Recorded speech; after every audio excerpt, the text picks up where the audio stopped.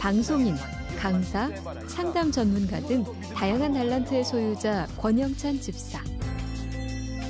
1992년 대학 개그 콘테스트로 개그맨 데뷔.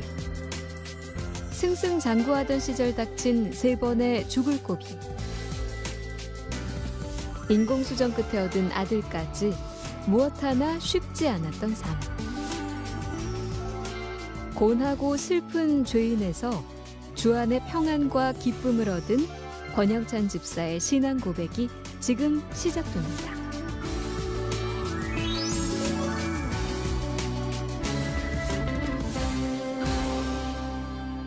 먼저 최근 근황 먼저 여쭤볼게요.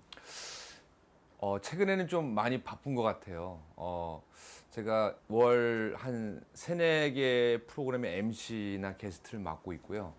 불행은 끝이 아니라 행복의 시작입니다라는 주제로 행복 재테크에 대한 강연을 한 월 10회에서 15회 정도 하고 있습니다. 그리고 연합 신학대학원이죠. 연세대학교 신학대학원에서 상담 코칭학기 이제 석사 이제 마지막 학기를 공부하고 있고요. 최근에 나이가 40 중반이 훌쩍 넘었는데 얼마 전에 또 둘째가 인공수정 4번 만에 태어나서 그 4살짜리랑 1살짜리랑 놀아준다고 그냥 기쁜 마음으로 섬기는 마음으로 그냥 최선을 다하려고 노력하고 있습니다. 네. 예, 그러시면서 책도 내셨다는 소리 들었어요. 네. 지난 5월 30일 날 이제 당신이 기적의 주인공입니다는 이제 책을 냈는데요. 최근에 제가 이제 많은 봉사나 이제 기부를 하고 있는데 또 참여하고 있는데 사실은 굉장히 아팠던 분들, 좌절한 분들, 희망을 잃은 분들에게 용기를 드리는 거거든요. 바로 지금 울고 있고 또 고개 숙인 여러분들이 몇 년 후에는 또 얼마 후에는 당신이 기적의 주인공입니다라는 이야기를 드리는데 그 책의 계약금과 저자 수익을 제가 가지면 안 될 것 같아서 그 책의 수익금을 일단은 연세대학교 그 아프리카나 남미 또 아시아의 가난한 신학생들을 후원하는 장학금으로 이제 송도 GIT 장학금에 일단은 기부를 하고요. 다해 공동체에도 제가 이제 캄보디아에 이제 컨테이너 기부하는 기금으로 들어가고 또 한부모 가정 그 후원금으로도 들어가고 또 학교 폭력 예방재단 그렇게 4군데로 모두 이렇게 골고루 가게끔 제가 이렇게 해놨거든요. 그랬더니 이제 많은 분들이 이왕 책을 읽으시면서 용기를 많이 얻었다고 하더라고요. 왜냐하면 제가 죽을 뻔한 3번의 고비를 솔직하게 다 고백을 했거든요. 희망과 꿈을 잃지 않는 게 사실은 우리 크리스찬의 제일 중요한 덕목인 것 같아요. 하나님을 사랑하고 내가 하나님의 아들이고 딸이잖아요.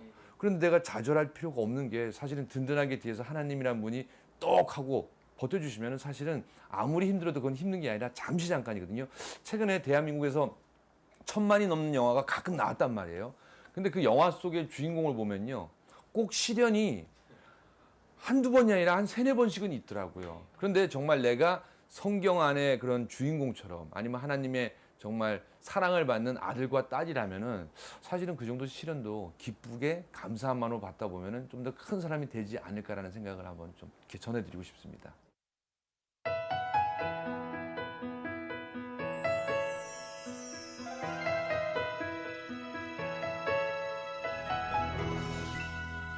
책 안에 어려움들을 이렇게 쓰셨다고 하셨어요. 네.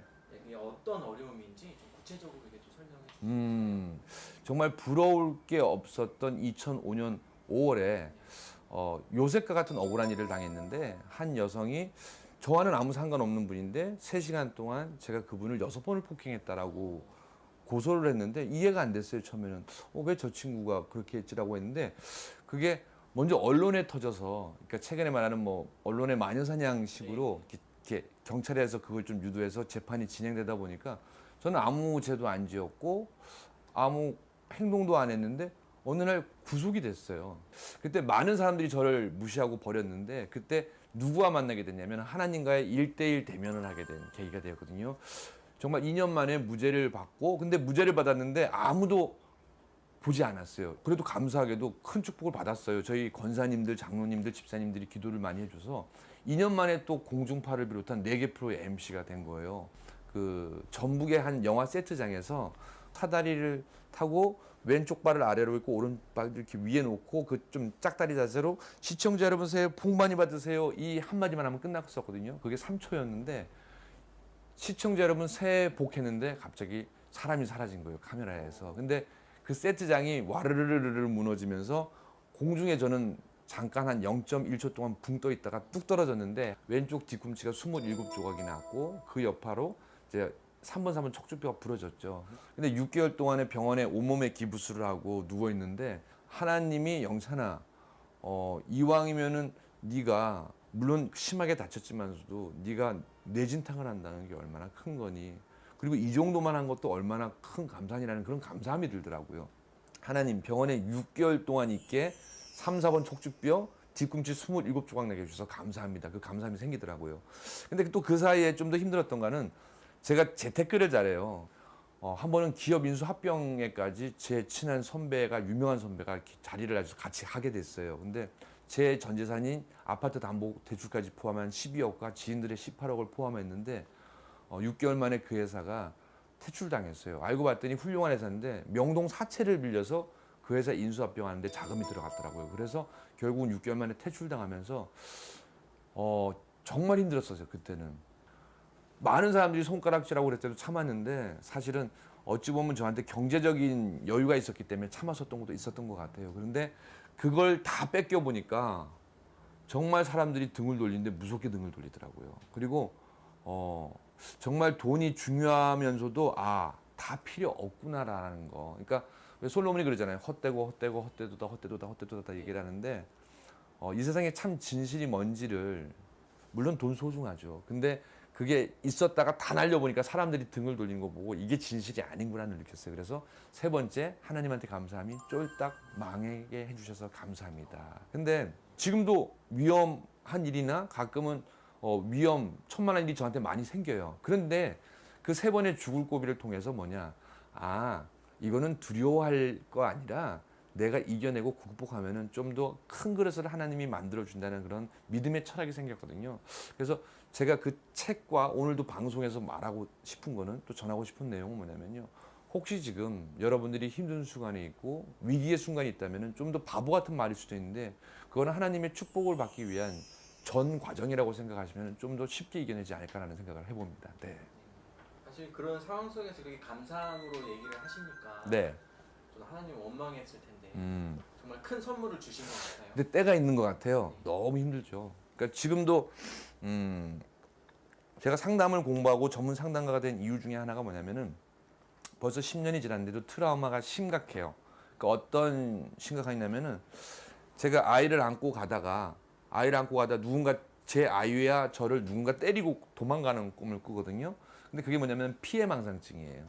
그리고 그때 대인기피증이 생겼는데 앰뷸런스 소리만 하는 사이렌 소리만 들으면은 누군가 또 나를 억울하게 채워가겠지. 근데 지금도 제가 다리에 8개 핀이 박혀 있다 보니까 장마가 오거나 눈비가 올 때 되게 고통스러워요. 근데 반대로 사실은 요즘에 100억짜리 슈퍼컴퓨터도 날씨 못 맞출 때 있잖아요. 근데 제 다리는 정확하게 맞추거든요. 그래서 할머니 할아버지가 왜 아프신 분들이 야 빨래 걷어라라는 말을 이제야 또 알게 됐거든요. 지금 무슨 말이냐면요. 어떠한 일이 일어났는데 안 좋게 생각하면 계속해서 안 좋은 거예요. 그런데 야 이거 봐라.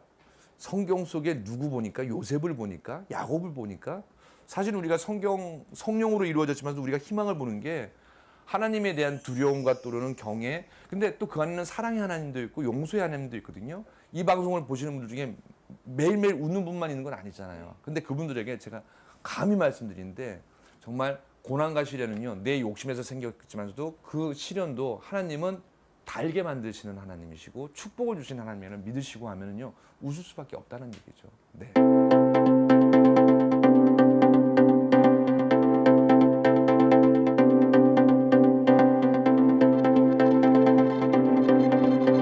멘토의 어떤 부분이 그렇게 이제 나의 멘토라고 이렇게 생각이 됐는지 얘기해 주시죠.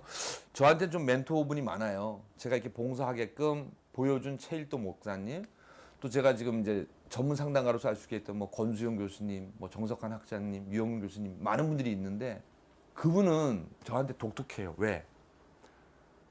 47년 동안 저를 위해서 기도해 줬어요. 그리고 그분이 언제 참 대단한 멘토라는 걸 느꼈냐면요. 제가 힘든 순간에 구치소에서 어느 날 그분이 면회를 와서 성경책을 넣었더라고요. 그리고 저한테 묻더라고요. 너 한간에 기사를 보니까 이런 뉴스가 있는데 너가 정말 이런 놈이니라고 하더라고요. 그래서 나 알잖아요. 나 그런 사람 아닌 거. 그러면은 이거는 내가 봤을 때 인간적으로 풀지 못한 일이다. 기도하자. 이 성경 속에 답이 있다고 그걸 밀어주는데 참 재미난 분이구나. 어찌 보면 신앙이 정말 야 대단한 분이라는 생각했거든요. 근데 어느 날 그분이랑 같이 새벽 기도에 들어가서 기도하는 걸 봤는데 안 나와요. 그래서 저 양반이 왜 안 나오지라고 했는데 들어가 봤어요. 했더니 그분이 울면서 기도를 저를 위해서 기도해 주는 걸 봤어요. 근데 본인도 되게 힘들었던 거예요. 근데 저한테는 아 권영찬 너 엄마 잘할 수 있어 화이팅 하고 항상 웃었거든요. 그래서 내가 진정한 멘토라면은 나를 위해서 자신이 아프더라도 웃어줄 수 있는 사람, 그리고 그 아픔마저도 나한테 안 보이면서도 혼자 있을 때는 그 아픔을 하나님에게 간절하게 애절하게 기도하는구나. 그래서 저한테는 그 멘토가 인간적으로 보이면서도 47년 동안 저에게 살아있는 기도의 역사를 보여준 분이라서 많은 분 중에서도, 특히 많은 분 중에서도 저는 그 멘토를 꼭 꼽고 싶어요. 네. 그러면 그렇게 은혜를 베풀어 주신 분이신데 네. 평소에 감사는 잘 전하세요? 감사하며 잘 못 전하는 것 같아요. 왜냐면은 남들한테는 제가 사랑합니다 강연장에서 네네. 행복하세요 그리고 큰 절도 해요. 근데 저희가 삼형제 중에 막내이기 때문에 저는 왠지 또 저희 아버님 어머님이 두 분 다 경상도거든요. 근데 그런 가정에서 있다 보니까 감사하다 고맙다 참 그게 말이 안 나와요. 그분한테는. 대신 이제 가끔 뭐 성의 표시하고 의사 표시하려고 하는데 자주 못한 것 같아요. 네. 네. 크리스천들에게 멘토가 이렇게 필요하다고 생각하세요? 저는 꼭 필요하다고 생각해요. 신앙적인 멘토는 자동차 엔진 오일과 똑같다고 생각해요. 분명히 티는 안 나지만서도 그 자동차의 핵심 부품이거든요. 그게 없으면 차가 멈출 수도 있고 망가질 수도 있는데 내가 어떠한 길을 갈 때 나만의 고집이 있잖아요. 또 나만의 하나님 우상이 있잖아요. 만약에 없으면은 그 사람의 인생이 흔들릴 수도 있기 때문에 그 멘토가 어떻게 하냐에 따라서 그 사람의 신앙의 방향이 제대로 가는 이 방향으로 가느냐 아니면 잘못돼서 이렇게 갈 수도 있는 거거든요. 즉 어떠한 분이 잘못된 멘토를 만나면은요. 그러니까 뭐 또 다른 이상한 집단, 사이비 집단으로 빠질 수 있는 거고 그런 거죠. 그래서 저는 신앙적인 멘토를 누구를 만나냐에 따라서 그 사람의 인생이 바뀔 수도 있다는 생각을 하기 때문에 아주 중요하다고 생각합니다. 네, 지금 이제 저한테 신앙적인 멘토 그분을 만나러 갈 건데요. 아마 여러분들 만나면은 아마 괜찮다라는 생각이 들 겁니다. 지금 그분 만나러 가겠습니다.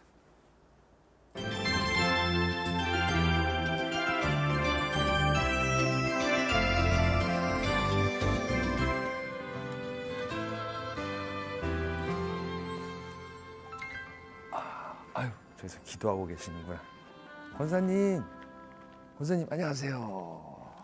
아유, 안녕하세요. 네, 네. 누군지 소개 좀 부탁드릴게요. 이분이 바로 저희 멘토이신 우리 김신자 권사님이십니다. 개그맨 권영찬 집사의 멘토 김신자 권사.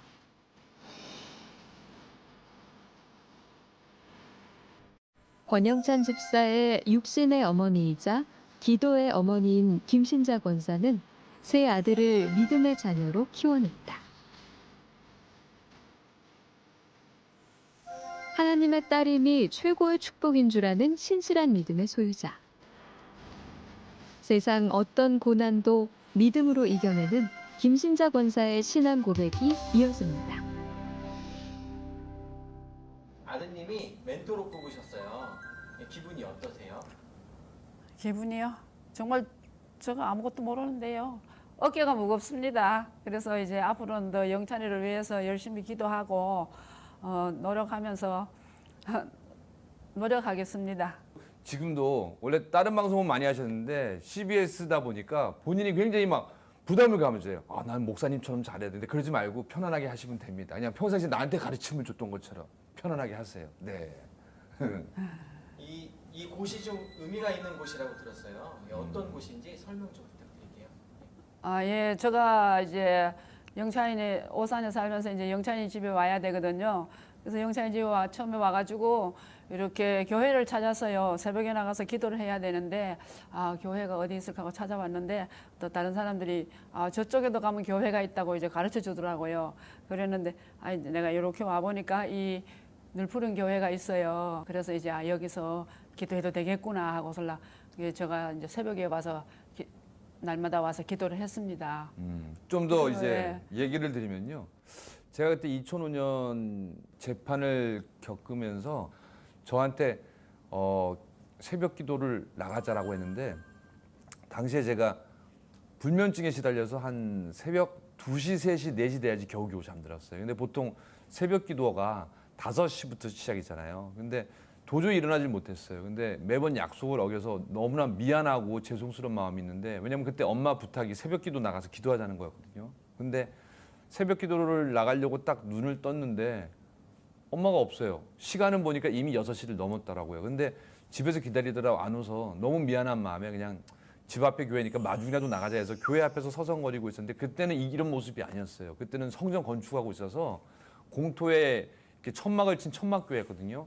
근데 엄마가 안 나오니까 이상하다. 왜 제가 가끔 할머니라고 해요. 이 할머니가 왜 안 나오시지라고 해서 딱 들어가 봤는데 수많은 어머님들 사이에서 저희 어머니를 딱 발견했어요. 근데 그 전까지는 어머니가 저보고 구치소 올 때도 웃으면서 성경 넣어주고 너 기도해라. 하나님이 너 기도 다 들어준다. 용기 잃지 마라. 항상 웃으면서 얘기했는데 그때 어깨를 이렇게 들썩이면서 가까이 가서 기도 소리를 들어보니까 기도도 못하고 울고 있더라고요. 그러니까 하나님 하면서 우는데 제가 그때 가슴이 찢어졌어요. 왜냐면은 나의 영적인 아버지 하나님 아버지도 만약에 가슴이 있고 심장이 있다면 이만큼 엄마 마음으로 찢어지겠구나 해서 제가 원래는 포기할까 하다가 엄마의 우는 모습을 보고 내가 정신 차려야겠구나. 내가 엄마한테는 이렇게 힘이 돼줘야 되는데 저렇게 우리 엄마는 울고도 울고 싶지 못하고 나한테는 웃다가 교회 와서 혼자 이렇게 우는 거 보거나 했는데 바로 이 교회가 그런 기도의 교회, 믿음의 교회에서 저희한테는 이 늘푸른 교회 예배당이 되게 소중하고 중요하고요. 또 그 다음에도 저도 몇 번 와서 기도를 했고 어머니도 만약에 새벽 기도 하실 거면은 집 앞에 있다 보니까 이 늘푸른 교회를 많이 찾는 편이죠. 네. 이렇게 아들을 위해서 기도를 하셨다고 하셨어요. 그때 혹시 기억하세요? 네, 기억합니다. 그때는 이제 참 처음에 하나님께서 요한복음 14장 1절 말씀에 보면요. 너희는 마음에 근심하지 말라. 하나님을 믿으니 또 나를 믿으라고 하셨잖아요. 그래서 이제 그 말씀을 붙잡고 이제 날마다 이제 걸어 다니면서도 하나님 우리 영찬이 이번에 한 번만 용서해 주세요. 예, 우리 영찬이 한 번만 용서해 주세요. 그러면서 걸어 다니면서도 기도를 했고요. 그래서 교회 와서도 교회 오면은 그냥 참 영찬이 보는 데는 눈물을 흘릴 수가 없고 뭐 누구한테도 가서 또 눈물을 흘릴 수도 없잖아요. 근데 하나님 앞에는 와서 내가 어린 나이가 되어서 하나님 아버지 영찬이 한 번만 용서해 주세요. 용서해 주면 이 다음에 이제 하나님 나라의 큰 일꾼이 될 거예요 하고서 그렇게 기도했습니다. 집사님이 보시는 어머니는 어떤 신앙인이세요? 어머님은 일단 대단해요. 근데 대단하다는 게 저를 위해서 정말 46년 동안 기도해주고 지금 47년째 기도를 해주시는 거거든요. 사실은 삼형제 중에 막내였지만서도 뭐 큰형이 의대 공부하면서 대학원 가면 제가 먼저 돈을 벌었기 때문에 거기도 좀 보태드렸고요. 또 뭐 형도 결혼할 때도 제가 조금씩 보태드리다 보니까 내가 이 집의 기둥이라는 생각을 하고 가끔은 막내인데 내가 왜 이걸 해야 되라고 하는 생각도 있었는데 그러니까 그 일이 있기 전까지는 어머니의 그런 기도의 힘이 큰지 몰랐어요. 그냥 내가 알아서 잘난 줄 알았는데 근데 2005년 그 사건 다음에 아버지도 돌아가셨죠. 기댈 데가 없는 거예요. 남의 집을 방문할 때도 기도로 먼저 시작하고 또 어디에 가서 뭐가 생기면은 기도로 시작하고 제가 심지어는 어떨 때 너무 고마워서 용돈을 드려도 그 용돈 중에 일부를 11조로 내시는 걸 봤거든요. 그러니까 그 모든 것을 하나님의 기준에 맞춰서 하고 그러니까 저도 그걸 좀 많이 배우게 돼요. 어머니는 항상 뭐가 생기면 무조건 10분의 1은 하나님한테 먼저 드리고 기도하시는 분이에요. 그러니까 저한테는 기도의 어머니죠. 기도의 어머니. 네.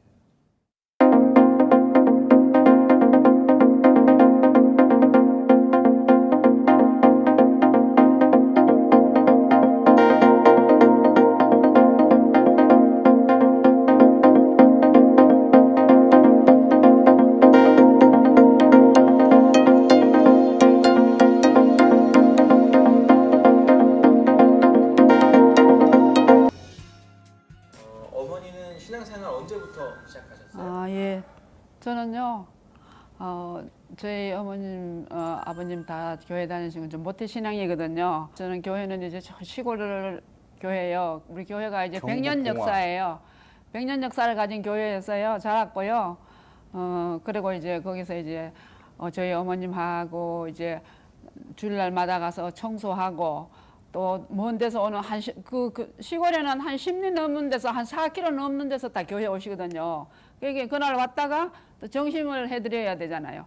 그래서 정심으로 이제 봉사하고 그렇게 하고 이제 그렇게 자랐습니다. 그리고 이제 어머님의 믿음 좋으신 저희 어머님 밑에서 자라서 이제 저희 어머님 만날 새벽기도 1년 365일 새벽기도 안 빠지시고 또 저희 어머님 만날 나가서 옛날에 땡땡 하는 종 치는 게 있잖아요. 새벽마다 예, 종 치시고 그렇게 앉아서 자랐습니다. 그래서 저는 이제 그걸 보고 설랑 자라서 이제 결혼해서 아이들도 이제 주일날 교회 안 가면은 큰일 나는 줄 알고 이제 그렇게 특히 외갓집에는 예, 그렇게 키웠습니다. 뭐 이모부님이나 해서 목사님이 되게 많으세요. 그러니까 외가 쪽으로는 이렇게 목사님이 밟혀요. 그러니까 저도 어렸을 때 그래서 목사님이 꿈이었고. 저희 이제 언니 두 분이 다 저 목사님 사모님이 됐어요. 그래서 저도 이제 참 어머님이 이제 목사 사모로 키운다고 많이 기도해 주시고 그랬습니다. 그래서 이제 가끔은 제 아내 보고도 나를 위해서 기도는 안 해주는데 네가 앞으로 도연이 우연이를 위해서는 기도해준 엄마가 됐으면 좋겠다라고 하고 이제 제가 대신 이제 그 역할을 맡고 제가 기도하는 것도 사실은 엄마한테 물려받은 유산 중에 하나인 거죠. 네. 요즘에는 아드님을 위해서 어떤 기도 제목을 놓고 기도하세요? 요즘에는 영찬이를 그저 영찬이가 그때 열심히 교회 가서 이렇게 보면은 참 열심히 나가요.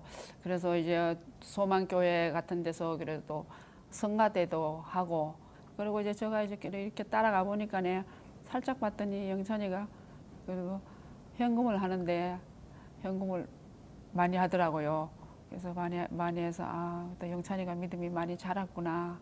그래서 하나님 앞에 하나님 영찬이를 하나님의 뜻대로 사용하여 주소서 하고 기도하고 있습니다. 예.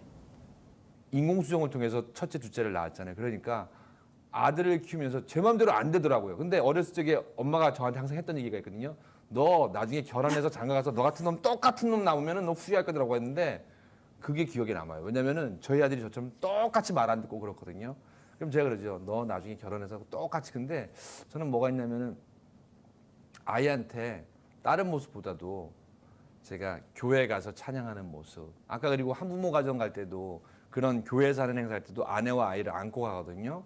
근데 아이가 보고 3살, 4살인데도 불구하고 마이크를 갖고 놀아요.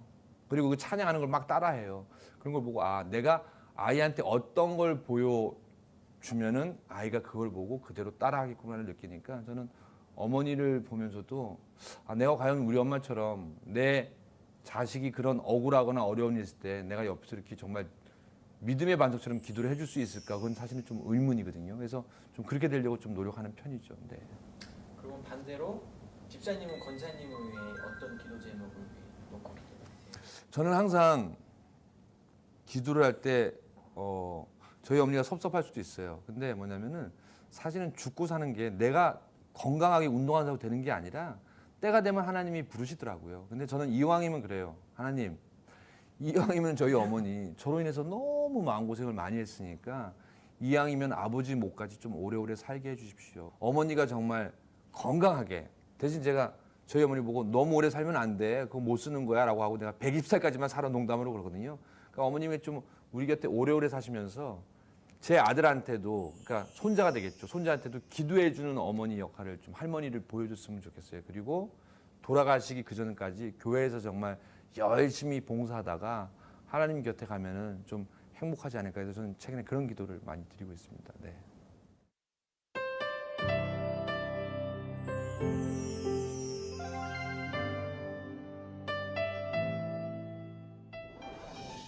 혹시 그 어머니께서 아들에게 뭐 지금 하고 싶은 말이나 당부하고 싶은 말씀 있으시면 질문해 주세요. 예. 그래서 잠언 16장 3절에 보면은요. 너희 모든 일을 여호와께 맡기라. 그러하면 여호와 하나님께서 너희 경영을 이루어 주시리라고 말씀하셨거든요. 그러니까 그 말씀을 붙잡고 그 말씀을 붙잡고 나갔으면 좋겠어. 영찬이 건집사가 됐으면 좋겠습니다.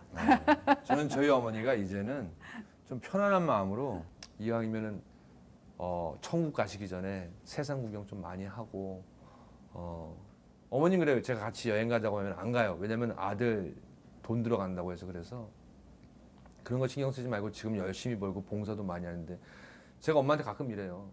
아니 다른 모르는 분들도 시각장애인 개한수제도 도와드리고 다른 모르는 아프리카 장학생도 내가 후원해 주는데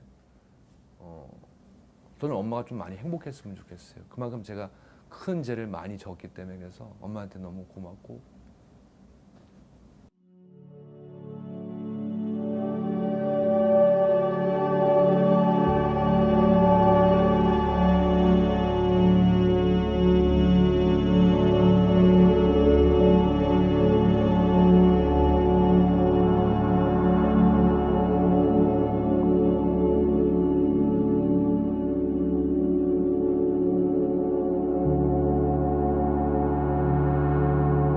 힘든 세상을 믿음으로 헤쳐나가기 바란다.